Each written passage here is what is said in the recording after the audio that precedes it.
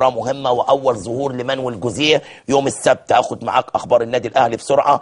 يعني الملعب استاد المقاولون والمقصة لا يفوت الفرصة. محمد يوسف جوزيه ذكر المقصة والفوز هو هدفنا الوحيد.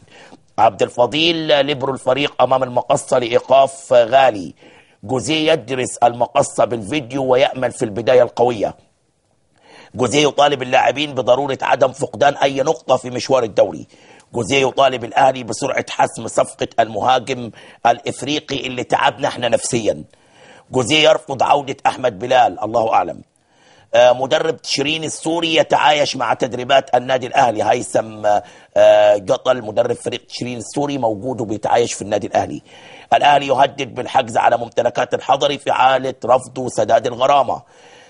أيضا صحف سعودية، الأهلي يبحث عن ممول لصفقة ديبا.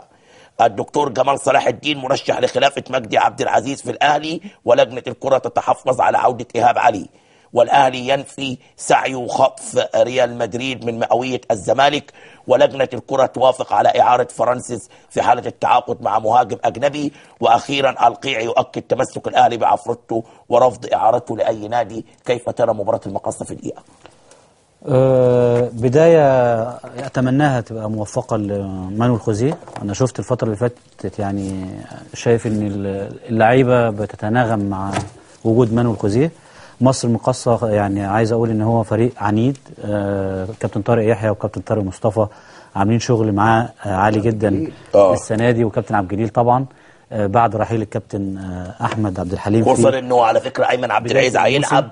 أيمن عبد العزيز هيلعب مع المقصة، وتعاقدوا مع عمر نجدي ب 8.5 مليون جنيه مصري اللاعب المغربي. يعني الأمور في المقصة ماشية كويس جدا. بالتأكيد أيمن عبد العزيز أيمن حفني راجع آخر مباراة ليه مع فرقة مصر المقصة. بالتأكيد أيمن عبد العزيز إضافة لأي فريق يبقى موجود فيه، ونتمنى إن شاء الله إن احنا يعني نشاهد دوري عام قوي في